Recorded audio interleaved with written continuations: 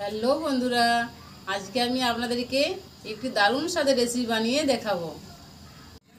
একটি পাত্রে সারাগুলোকে এভাবে কেটে দিয়ে পরিষ্কার করে নিয়েছি। এই দেখুন বন্ধুরা, কড়াই জল গরম হয়ে গেছে। সারাগুলোকে এরপর দিয়ে দেবো, হালকা করে সেদ্ধ, স্বাদ মতো নুন দিয়ে দেবো।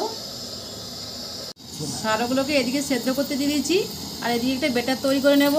এক বাটি বেসন নিয়ে নেব, এক বাটি চালের গুঁড়ো দিয়ে দেবো, অল্প করে পেঁয়াজ কুচি দিয়ে দেবো, 1 চামচের মতো আদা রসুন বাটা দিয়ে দেবো, স্বাদ মতো নুন দিয়ে দেবো, হলুদ গুঁড়ো, লঙ্কা গুঁড়ো, গোটা জিরে আর জিরে গুঁড়ো দিয়ে দেবো। সবগুলো একসাথে মিশিয়ে ভালো করে একটা ব্যাটার তৈরি করে নেব। ঢাকাটা খুলে নেব।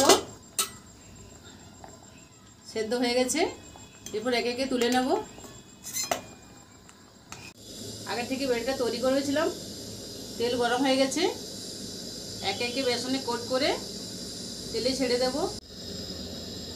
দেব। এপিট ওপিট লাল লাল করে ভেজে নিয়েছি, এরপর তুলে নেব। বন্ধুরা, আমার সারো রেসিপিটা হয়ে গেছে। দেখুন কতটা সুন্দর আর মুচমুচে হয়েছে। একবার বানিয়ে খেলে বারবার খেতে মন চাইবে। বন্ধুরা, আমার ভিডিও যদি ভালো লেগে থাকে তাহলে অবশ্যই লাইক কমেন্ট শেয়ার করে পাশে থাকবেন।